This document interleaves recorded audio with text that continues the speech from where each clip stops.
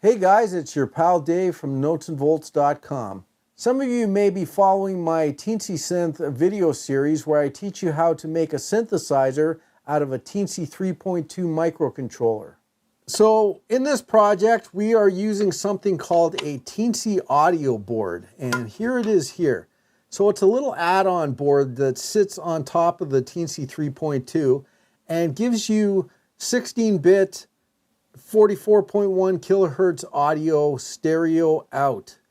And it's a really nice board, but it does add a little bit of cost to the project.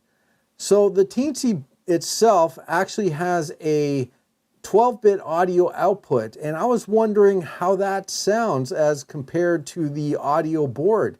And is it good enough to stand alone so we don't actually need this? The only way to truly find out is to wire up both versions and hear how they sound. So let's do it. But before we continue, I'd like to take a minute and thank the sponsor of this video, Skillshare. Skillshare is an online learning community that has thousands of classes for creative people such as myself. You can pick up some new skills or get better at stuff you're already working on. If you're watching my stuff, you're probably into technology, and they have a lot of courses on electronics, from basic theory to programming to Arduinos to FPGAs. The sky's the limit. Or if you're musically inclined, you can get courses on production, electronic music, and learning various instruments. I'm currently taking a class called Music Theory: Exploring Sound, Rhythm, and Melody on the MIDI Grid by Fernando Arruda. It's got some really cool concepts on syncopation, complex meter, and extended chords, and I'm hoping it's going to spice up my songwriting. Skillshare is designed specifically for learning, so there are no ads to break your concentration. And they're constantly adding new premium classes, so there's always something new to check out. And if you want to check out Skillshare and see what they have to offer, the first 1,000 of my viewers can click on the link in the video description and get a free trial membership.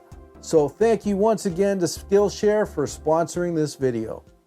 All right, so here we are at the workbench, and I have to apologize. I've been working on a million things, so please ignore all of this area here. And let's just focus here on my vintage Radio Shack breadboard. So I've had this since I was a little kid. That's pretty cool, right? Yes? No? Okay, never mind. Here's our breadboard. We have the two Teensies. So here we have the Teensy with the audio board attached. So we got them sandwiched like this. And this is what we've been using for our TEENSY-Synth project. Basically this guy here. On the other side, we have a bare Teensy 3.2. And we're going to try to take the audio directly out of here and compare it to the audio from here.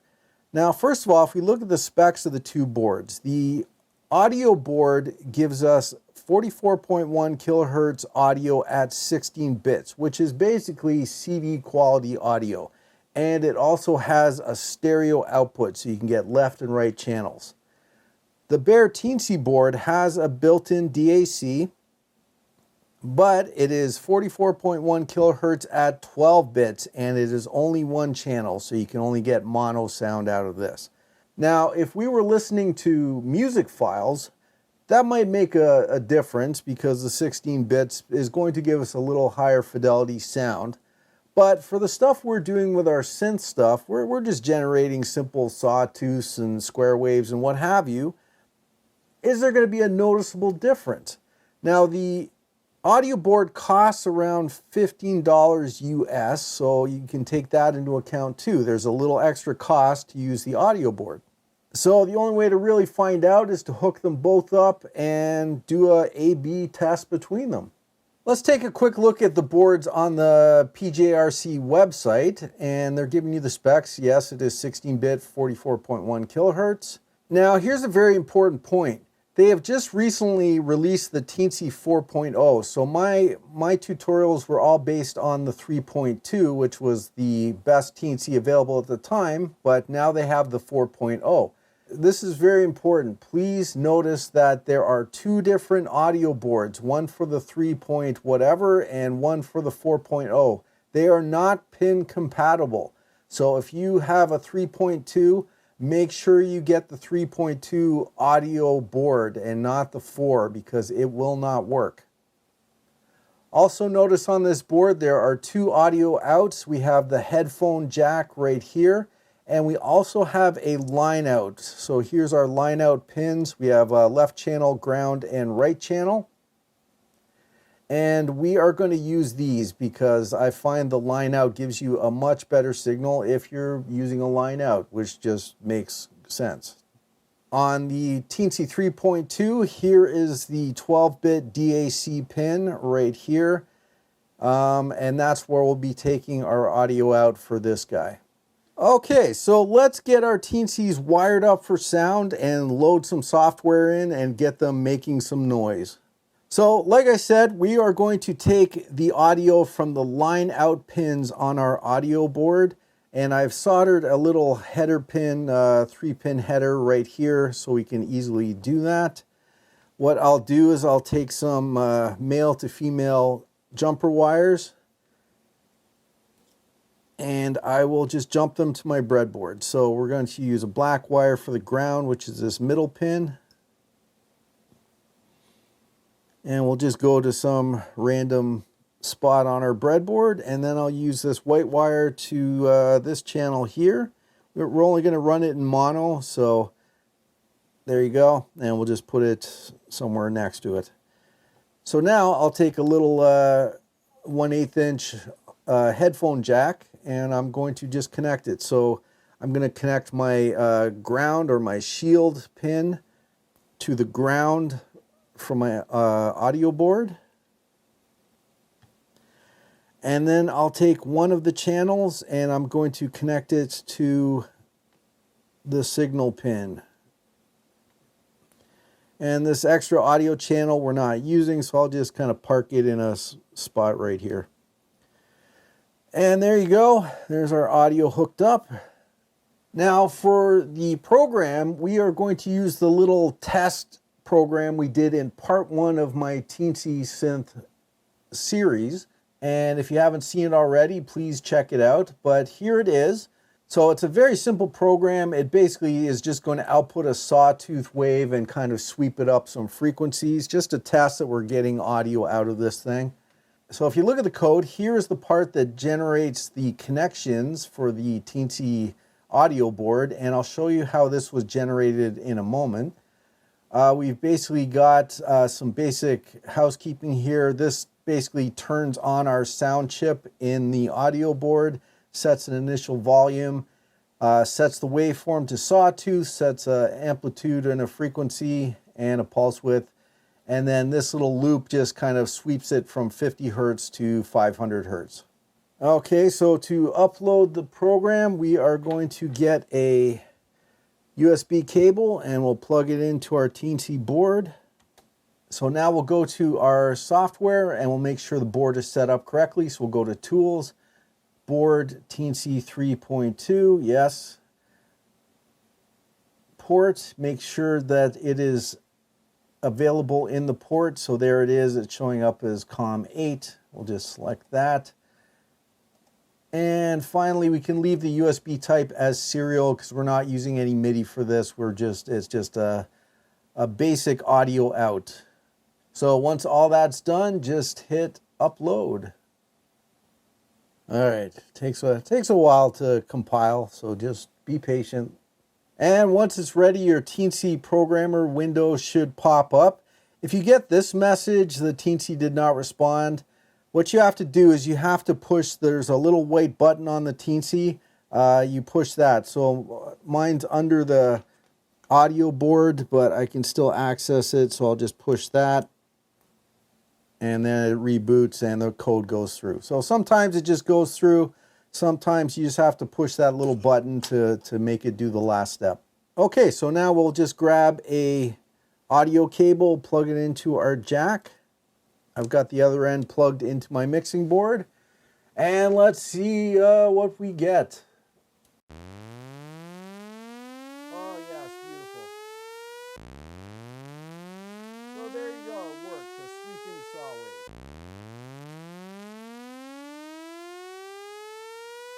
Perfect, so we've got one of our Teensy's up and running. So let's unplug this. Now, let's get our second Teensy up and running. But before we upload the code, we are going to have to change it to the built-in DAC instead of the audio board. So here's the audio board stuff. This Control SGTL 5000, that's the audio chip in the audio adapter board here. So that's the chip they're using. This controls it. I2S1, it's a I2S output. So that's how it's connecting to the board. So we're going to have to get rid of this and change it into the built-in DAC for this guy. So how do we do that? Well, luckily there's a tool online at the Teensy website that makes it pretty easy. So let's go take a look at that. Okay, if we go to pjrc.com/teensy/GUI/index, we get to this super cool tool right here that just lets you drag various modules onto the screen and make the connections that way. What we can do is if we go to our code, here is the stuff that it generated when I did this the first time. We can just copy this and we can just go to import and then paste it in this window. We want to make sure that import copy code from Arduino IDE is checked, and then we go boom, and there you go. That is the connections that were in my original program. Now if you notice, it's very simple. We've got a waveform generator here. I've got two outputs going to the stereo outs of my audio adapter board, so it's the I2S connection. And then we also just need this guy here. So this little module is the controlling module for the chip on our audio board. Okay?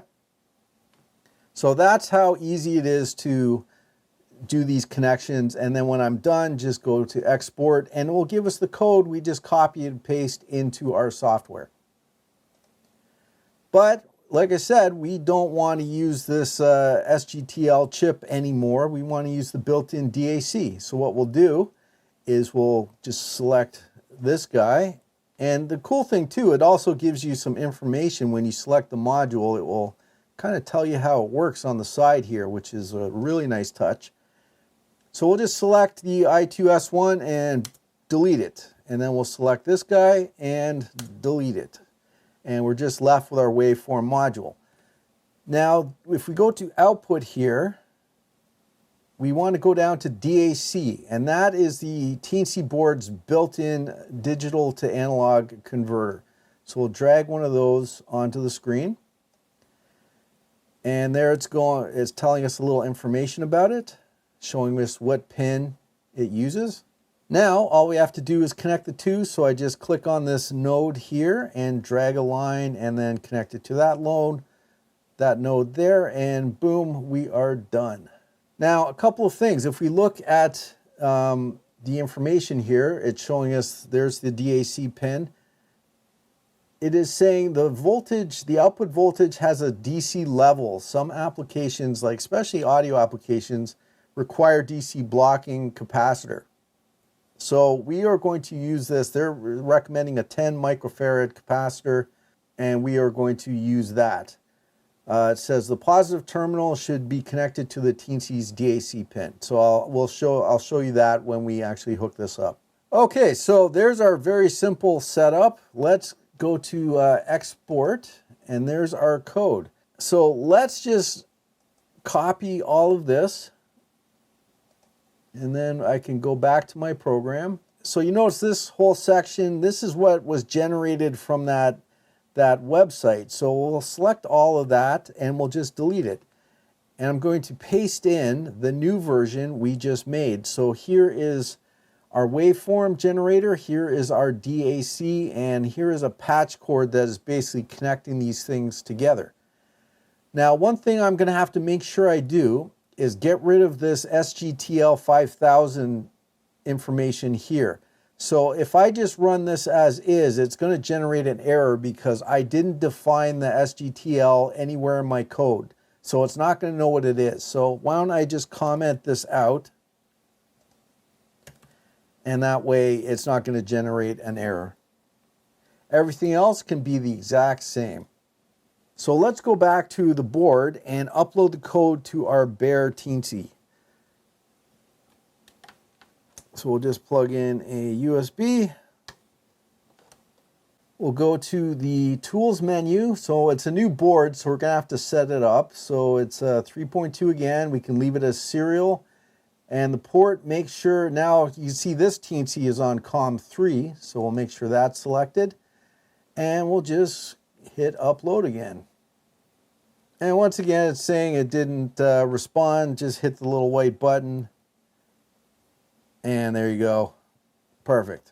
Okay, so let's make the connections to our Teensy 3.2. So if you remember, this second pin from the corner here is our DAC pin. So I'm going to use one of these little J-hook adapt cables to hook up to that. These are very handy for experimenting, so I suggest you pick some up. If you don't, you could always solder a wire to that pin, but just make sure you don't short it to the breadboard, because then it's going to short to this pin right next to it, which will be very uncool.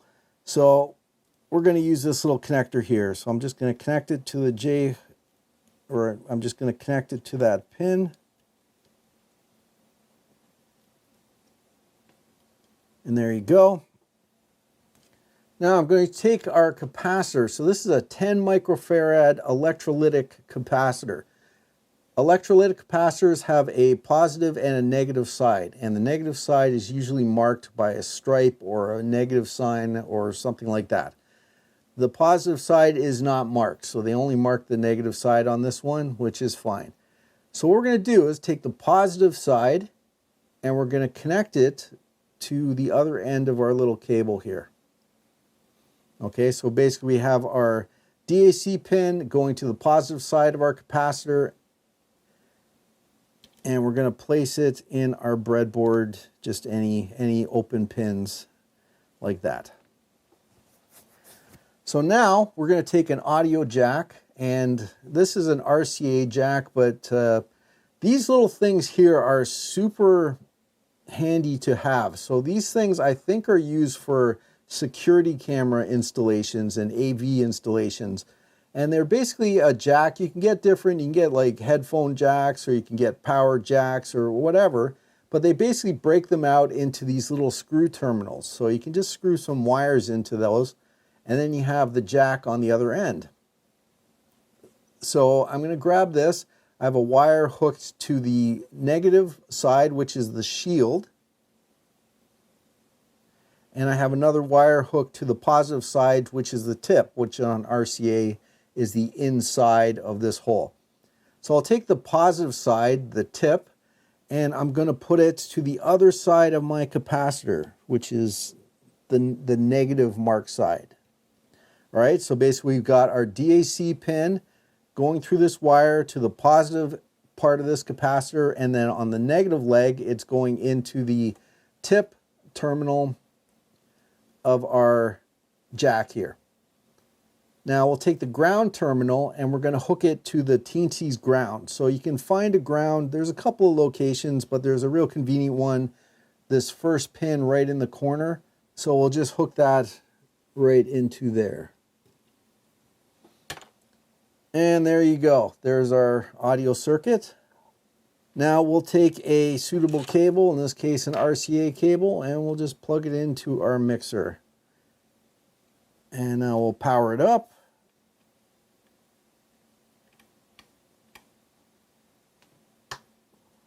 And let's see if we got sound. There we go.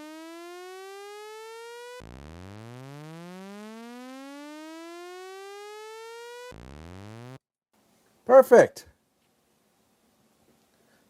So now we're going to do a test. We're going to do a listening test and see if we can hear any obvious difference. So sometimes, you know, the specs are the specs, but can your ear hear any difference? So let's plug in both boards. And let's hear what we can hear. So here is the audio board. Here's the Teensy.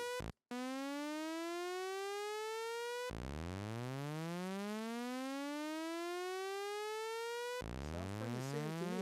So I'll switch back and forth.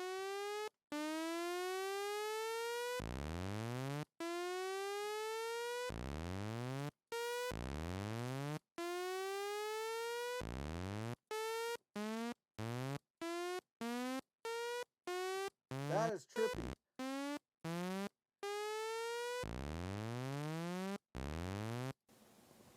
So just by ear, I can't really hear any difference. Like I've got the mixer, both channels set up the exact same way, no EQ, no nothing. And the volume seems the same and the tone seems the same. I was listening for any high-end weirdness. I couldn't really hear any. So that's looking pretty good for the DAC out on its own for the Teensy board. All right, so I just want to take a quick look at the waveform on a scope and see if we can see any obvious differences. So let's modify the program to just put out a single frequency. So we'll just select this little loop here and we'll just comment it out for now. And then we'll set our waveform frequency to 440, which is A, I believe, an A note. Okay, so here are the two waveforms on the scope. So the top one is the Teensy audio board, and the bottom blue one is just the bare Teensy 12-bit DAC. And if you notice, the 12-bit DAC is actually a little cleaner than the Teensy audio board. So the audio board is introducing a little bit of ringing on the transitions here, whereas the 12-bit DAC is pretty much rock solid. So hey, that's a real surprise. So I think we've learned that the onboard DAC on the Teensy actually sounds pretty good. So I think the next step for me is to build up a version of the TEENSY-Synth using the 12-bit audio output. As always, I'd like to sincerely thank my patrons on Patreon for supporting this video. Thanks a lot, guys. Let's enjoy your names on the way out. So I will see you guys very soon.